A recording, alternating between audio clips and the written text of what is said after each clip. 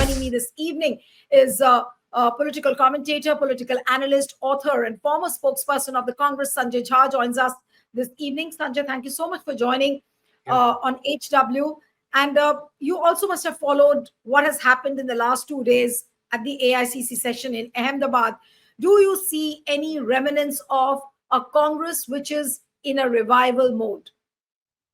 Neelu, good evening, and thank you very much for inviting me to your program. So let me start by saying, truth be told, I'm extremely disappointed. The Congress party has been losing general elections one after the other for the first time, 3 times in a row. And it's not as if 2024 was a spectacular performance. It was a good pushback. I'm not going to deny it. But we could not stop the BJP from forming the government, and Mr. Modi is back as a prime minister. I feel that the Congress has all the right intentions: secularism, uh, fighting for the backward communities of our country, uh, actually looking at issues that are fundamental to our lives. I'm not going to deny all of it. The problem is the articulation of that. I think political communication within the Congress continues to remain a massive migraine. And the reason behind that is that for some reason, its entire leadership is not able to inspire its own cadres. I can tell you one thing, Nilu: all great parties or frontline leaders are able to motivate their teams to go out there and fight, because no one leader can campaign and win each and every seat, right? Narendra Modi does his part, and then his other members take care of the rest. In the Congress, I find that is really going to be a real mountain to climb, because it's not really changing. I did not find a single speech that I basically saw in snippets on whatever came in social media and television that I told myself that if I was an ordinary voter who does not like the BJP, and majority of the people don't like the BJP, they get 37% of the vote. So there's a large percentage of India that wants to vote the Congress. I do believe that. But I do also look for somebody within the Congress to make me feel so charged up that not only should I join the Congress, I should carry 10 people with me. I mean, that's a power of basically your outreach. And I feel that continues to be the Achilles heel. Before I No, but take you, if you look at the aggression of Rahul Gandhi, he's trying to, at least he seems to be trying to be putting out all the stops, whatever he can to, propel the party, to motivate the party workers. But since you raised the point of political communication, that is the weak link of the party, somehow the communication is not strong. Who's to be blamed for this? Is it going to be Rahul Gandhi, or is it going to be the communications department head? Who should take the flak for this? well, I think it's a collective failure. I'll give you one example. Neelu, go down to this entire debate in Parliament on the Waqf Amendment Bill. Everyone who's followed this bill, its origins, the debate, and the entire strategy of the BJP behind it can tell you it is a significant issue for the minorities in this country, in this case, the Muslims. You already saw what the organizer had to say about uh, the land which is in possession of the church, although they deleted that article. When there was a lot of hullabaloo, they promptly deleted the article. I felt that Rahul Gandhi lost an outstanding opportunity as a leader of the opposition, because he's not just the leader of the Congress. Gaurav Gagoi represents the Congress, Rahul Gandhi represents the opposition. On the Waqf bill, it's entire opposition that is supporting the Muslim community in this country. But Rahul Gandhi did not speak.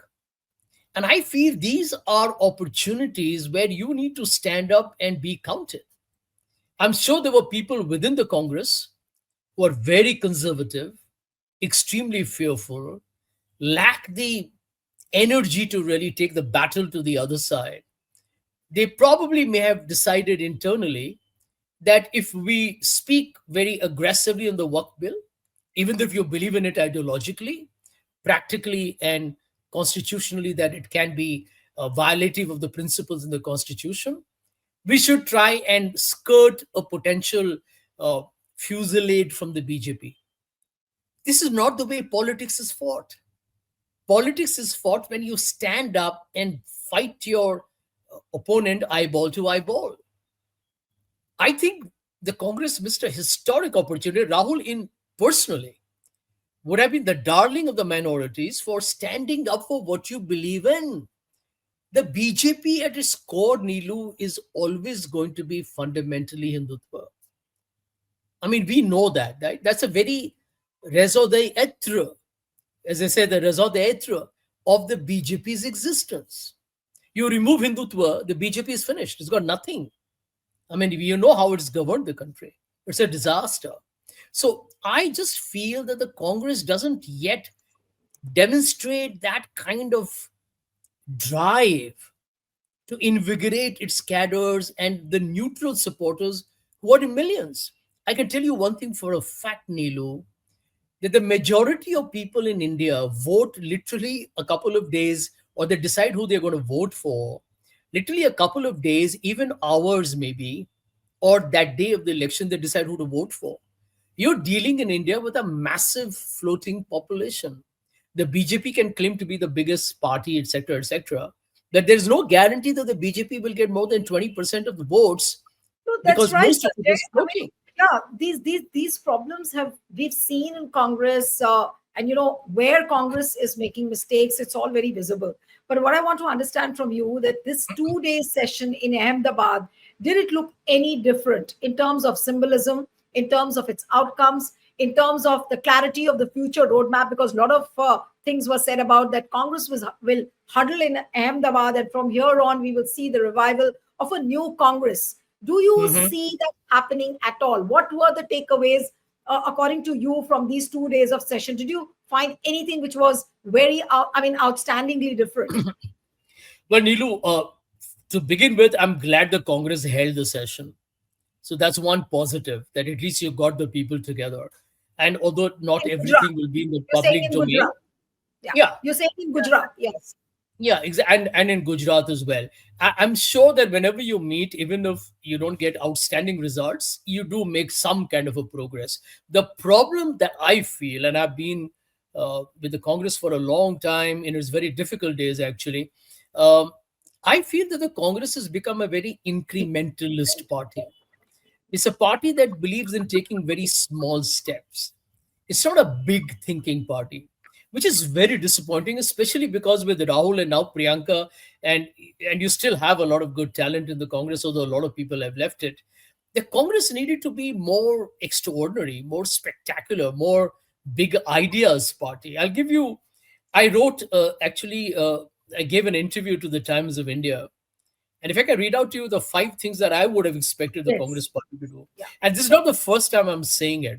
And I can tell you, people in the Congress are aware that I know many people who reached out to me saying these are excellent ideas and we should implement it. The problem is they don't. And for your viewers, let me just quickly tell you what those five are. Appoint a shadow cabinet, include a Sashi Tharoor, a P. Chidambaram, a Manish Tiwari, a Dipender Huda. I mean, there's so much talent in the party. Get Randeep Surjewala, put Gagoy, put Pawan Khera, make a team happen. Give them portfolios. Let the country see who are your people going forward. And I think there's a missed opportunity again. Second, have five vice presidents across the country. That's how you'll empower people. Why? Where is Sachin Pilot? Does anybody ask that question? In my opinion, one of the best people in politics, not just the Congress. And I may be biased because I know him and I really like him a lot. The truth is, he's an intelligent guy. He's so hardworking. He slogs. He's ambitious. He's savvy. You're not using him at all. Could be one of the vice presidents. Number three, make one of your states a model state of governance and development. Supposing the Congress were to go to the country in the next general election, whenever it happens, I hope it happens before 29, and says, look at the way we ran either Karnataka or Himachal or Telangana. Take one, don't forget all three. But make it a classic case study with no corruption, great development, lot of investment, good jobs, reduce farmer suicides, create roads and infrastructure, education, remove attacks on women, lower the crime. All that will be your story. Why can't the Congress do it? Number four, Sevadal. Do you know, Nilu, you know it very well actually. Let me rephrase my statement. That one of the reasons why BJP wins is because the RSS does all the hard work. Mr. Modi is on television or he's giving his gyan from these podiums about Bhais and Mangal Sutra. The RSS does the hard work in terms of knocking on the doors and campaigning for it. Where is the Congress's Sevadal? I have seen the Sevadal. They are veterans. Nobody is putting them to good use. All they do is when you have an AICC session, they all get together. They kind of, just do the flag hoisting, and they all salute and they get on with it. I mean, the Seva Dal can be made into a powerful, potent organizational surplus for the Congress. In fact, my suggestion once upon a time to the Congress was make a leader. That time Jyotiraditya Scindia was there, by the way. And I said, make somebody like Scindia the head of Seva Dal. It doesn't have to be some fuddy-duddy character because the organization is more, more having more senior people. Make a young guy, give the guy an opportunity. It should be like a startup. Get aggressive. They don't do that. And my last point, the CWC itself. Nilu spent some time looking at the number of people who are invitees, special guests, and whatnot. That's not the way you should have a CWC meeting. It should be like the board in a company. The board meets and huddles and they talk to the MD and the CEO and say, what should the company do? How, supposing there are 50 people sitting in a room, you really think you can have a conversation? 99% somebody says one short statement and it's over. There's no debate. Everybody says something and that's it. You need people to debate, argue, differ, disagree. You should have leaders in the party who said, "Oh, you're right. I think I need to take back." Whether it's Mr. Kharge You or are Mr. saying Rahul Gandhi. you are saying that there is no use of any extended CWC session and then be followed by an AICC session. What normally the pattern Congress follows, that there is an extended CWC session, then you followed by an AICC session where resolutions are adopted, they are passed, and then and those resolutions are hardly implemented. Now, say for example, talking about the organizational reshuffle, every AICC session, we've heard that the party is focusing on organizational reshuffle. Even today, Mr. K.C. Venugopal went on till the end saying that this time it's going to be an energized Congress. We heard that in Raipur, we heard that in Udaipur. Then again, this time in Rajasthan, every AICC session, it's a repetition of the same thing. Why do you think that this energy Congress is not able to gather to bring forth, that idea that you need to revive the party in a novel manner? Why can't they do it? Where is the problem? I'm sure they Neil, realize where the problem is. yeah, yeah. What is very disappointing, Nilu, is that I'm sure there are people within the Congress who know that there are so many people in this country who are actually suffering. They're unhappy. They are not doing well in terms of jobs, whether it's prices, whether it's corruption. Let's not even talk of the minorities. The middle class has been devastated. The stock markets are bleeding. India's GDP growth, I'm telling you, if you look at the real numbers, are not very exciting at all. And the Congress is to realize that instead of pontificating and making all these grand rhetorical speeches, your entire 2 days should have been about how do I win each and every election from here on? How does it start? You are not going to protect the idea of India. You cannot bring caste reservations. You cannot protect the Dalits or the Muslims or the Adivasis if you're not in power. There is no sense in talking about Adani's crony capitalism, electoral bonds, Rafale, demonetization. I mean, there is no dearth of issues in this country. I'm not exaggerating when I tell you, Nilu, any other country, Mr. Modi would have probably lost in 2019 itself. I mean, come on. You're talking about the Congress, which should have the copyright on nationalism.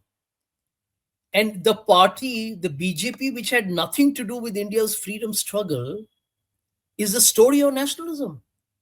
I mean, I sometimes am shocked as to how is the party living with this ridiculous anomaly.